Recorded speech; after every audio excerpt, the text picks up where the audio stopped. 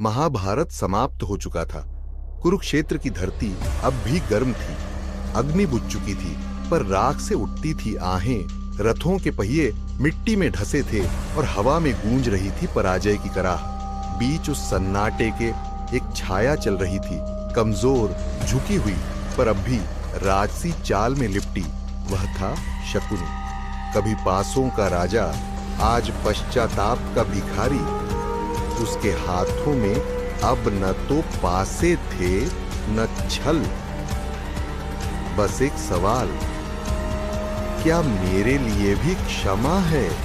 युद्ध ने सब छीन लिया था, उसके भांजे दुर्योधन का सिर, उसके भाइयों का अस्तित्व और उसके गर्व का आधार। वह जानता था उसके हर दांव के पीछे खून था, हर जीत के पीछे एक श्राप। उसने आकाश की ओर देखा, हे देवता, अगर कहीं करुणा बची है तो मुझे दिखाओ। कहते हैं उसी रात उसे स्वप्न में एक तेजस्वी स्वर सुनाई दिया, शकुनी, सत्य की ओर बढ़। उत्तर में युद्ध है पर दक्षिण में शांति है।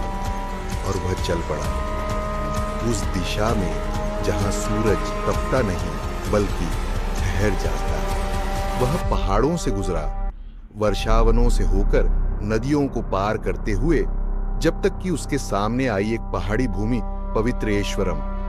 यहाँ का मौन अलग था। हवा में गंगा नहीं पर भक्ति की नमी थी।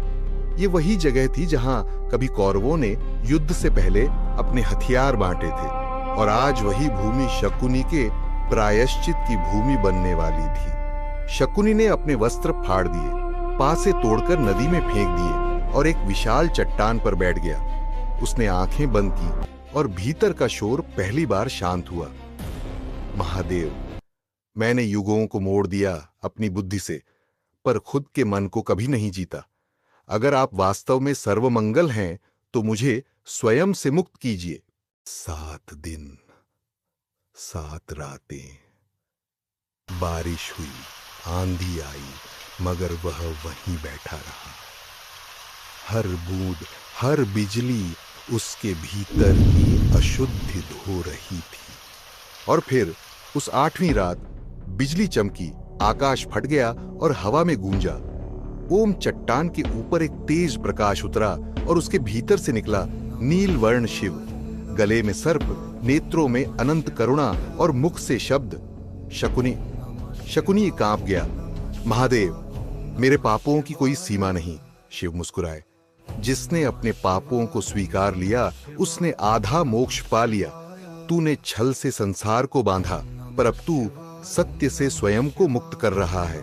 शकुनी रो पड़ा, आंसुओं में घुला वर्षों का अभिमान। उसकी हथेलियां शिव के चरणों में जुड़ गईं। शिव ने वरदान दिया, तेरी आत्मा मुक्त होगी और जिस धरती पर तू बैठा है वह सदा पवित्र कहलाएगी।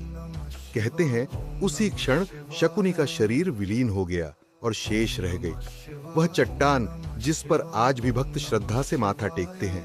वही स्थान आज मालनाडा शकुनी मंदिर कहलाता है, जहां न कोई मूर्ति है न कोई सोने का द्वार, बस एक पत्थर जो याद दिलाता है कि कभी एक चालबाज भी साधक बन सकता है। इतिहास शकुनी को खलनायक कहता है, पर शायद वही एक पात्र था जिसने अपने कर्मों की कीमत चुकाई। जब दुनिया उसे नफरत से याद करती है, केरल की एक पहाड़ी पर लोग उसे भक्ति से नमन करते हैं, क्योंकि भगवान शिव के लिए कोई भी आत्मा इतनी अंधकारमय नहीं होती कि उसमें उजाला न जगे।